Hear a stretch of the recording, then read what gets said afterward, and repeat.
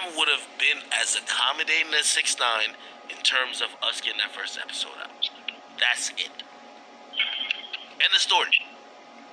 Yo, I don't know what type of, I don't know what AKADEMIKS is on. Well, we know he on Henny. He must be on too much Henny because what accommodating which rapper for the first episode? Listen, anybody would be dumb and stupid not to turn down DJ AKADEMIKS' first episode on the podcast. Like, he should have called Chief Keef instead of hitting Chief Keef up second. And then want to know why Chief Keef left you on scene. Why don't you call him up first before you call the dude who got him shot at and almost killed? You feel me? And by the way, 6, keep it on it. Has there been times that, like, you know when I'm like a little kind of I ain't fucking with what you're doing? Cause because you calling me and I'm not answering. Yeah, he know. But it is what it is. Again, me and him, we're gonna have a talk. We blah blah blah. And truth be told, that's real relationships in terms of having a friend, having somebody who would care about shit that you care about. That's just what it is. You feel me? So I can't lie, DJ AKADEMIKS, he needs some better friends. Friends that's not out here ratting on half America. Friends that's not out here, that got people looking to kill him. That you got to ride around with FBI and Navy SEALs and Marines and all of these Secret Service members because, you done ratted on some top guys in the street, and you still trying to rat on people like Cardi B, which is a female, and Jim Jones. Like, it's a shame. Oh, yeah. That's what it is. Yo, again, I respect you for respecting me, because what the audience don't realize is that the majority of rappers do not respect. Yo, chat, I can tell you right now, nigga, think about it, how long I done covering Chief Keef? Nigga, I DM'd Chief Keef last night. I said, Chief Keef, I gotta get you on an episode. Nigga, he left me on red, nigga. That's a fact. How long he's been covering Chief Keef? Well, Chief Keef been out for about 2012, 13. I don't think there was a DJ I've been watching DJ AKADEMIKS since he had 4,000 subscribers. I remember what year was this. I think this was like 2015, I believe. 16. So Chief Keef was out at least 2 years before there was an AKADEMIKS, maybe 3 years before I ever even seen AKADEMIKS on YouTube. So, or he was big because he had like a couple thousand subscribers, like 9,000-10,000. Then he started another YouTube channel before he hit 10,000. And, then he kind of blew up a little bigger. But he had like 2-3 YouTube channels before he even got big, So I think, that Henny hitting too hard. He left me on red. So for everybody who be saying blah blah, you should do it. My nigga, I DM Chief Keef. I see it because you're a news page like my nigga. No. But what I'm saying is that I DM'd him for an episode. Bro, I didn't have to even ask 6ix9ine for it. I'm like, yo, whenever it's gonna happen, I'm gonna tell 6ix9ine to come do this, and he gonna do this. Cause you know why? You know why?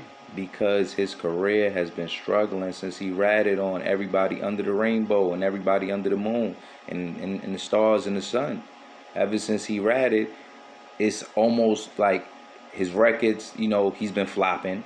He can't even sell 5,000 records. He can't go viral. He went from having 500 million views, 500 million views to, he could barely crack a couple million. He could barely crack 1 million views. And he got the big machine behind him. So, of course, Snitch 9, he would be stupid as fuck, like, not to take the promo if one of the biggest, guys in the music game, DJ AKADEMIKS, who can, help your career.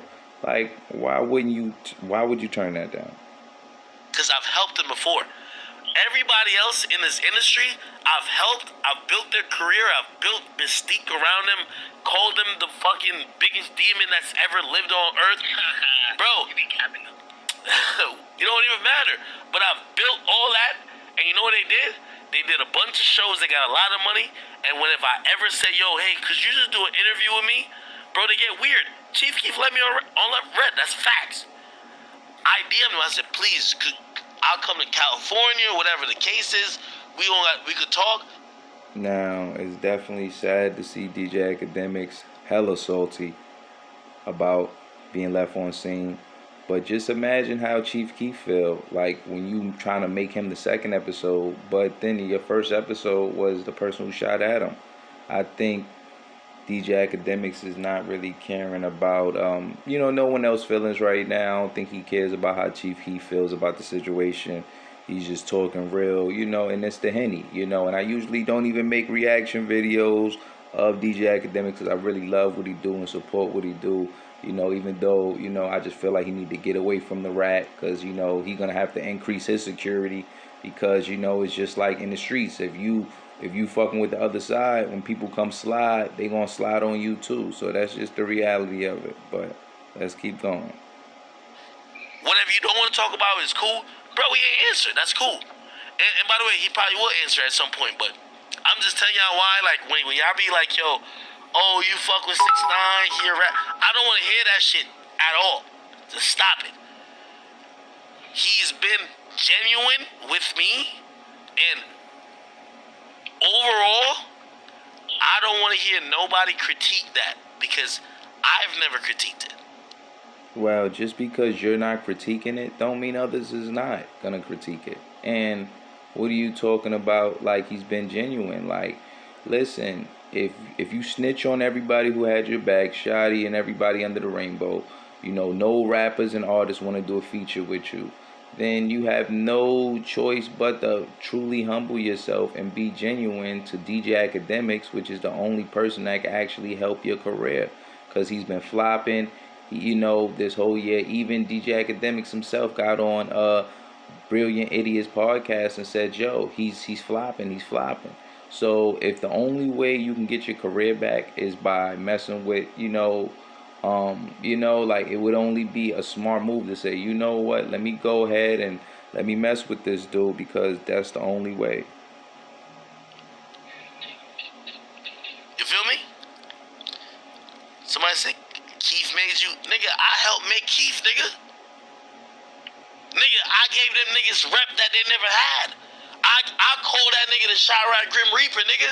That's why when he's getting shot at and shit happened to him, y'all are looking at it in disbelief. You know why? Because Now that Henny is talking.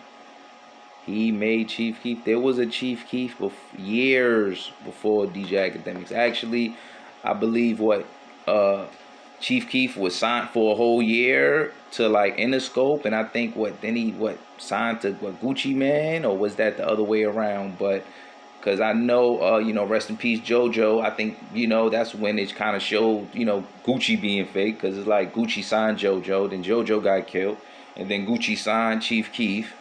So it was a lot of weirdo stuff going on there, but we do know Gucci Man did sign Chief Keef.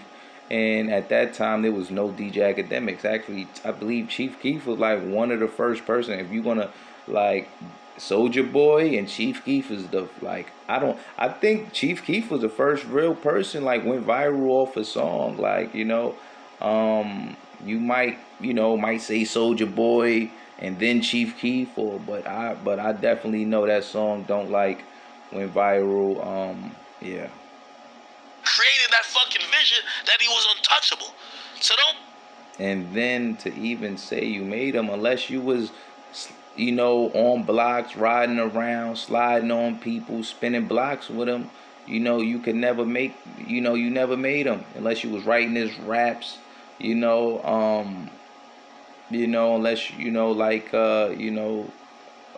like they say, like if you wasn't shooting in the gym, if you ain't there writing the raps for him, you ain't out there spinning blocks with him, like you didn't make that man, because you covered him 2-3 years after. Now it helped his career, but guess what?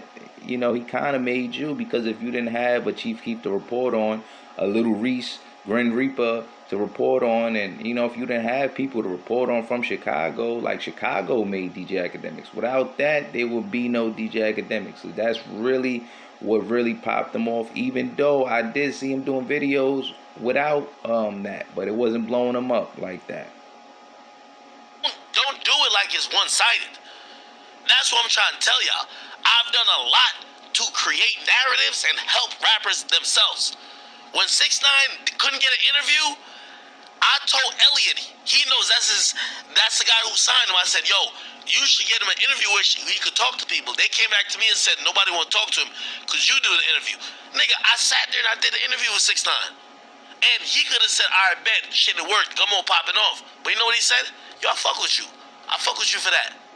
Now I don't know why he keep talking about Snitch 9, but Snitch 9 only got big. Number one, he got big because once again, the homies he snitched on. So free Mel Murder, free free Shotty, free Nuke, free free Roll, free everyone. Well, we know that it was just basically the homies in the video. Shouts out to everyone that has something to Cinco, Billy, and everyone that Billy Otto that has something to do with just him having a bunch of people in the video that make people say, why is this dude with the rainbow hair looking like he's sweet as Kool-Aid from a black person? Like, why is he with a bunch of gangsters? And obviously, it wasn't like he was 100% Boricua. Like, he wasn't like, oh, this Puerto Rican and Dominican. Like, this is a Mexican. We know NYC Mexicans ain't no gangsters, ain't no gangster Mexicans in NYC. Like, you read, like, that's something you just don't see. You see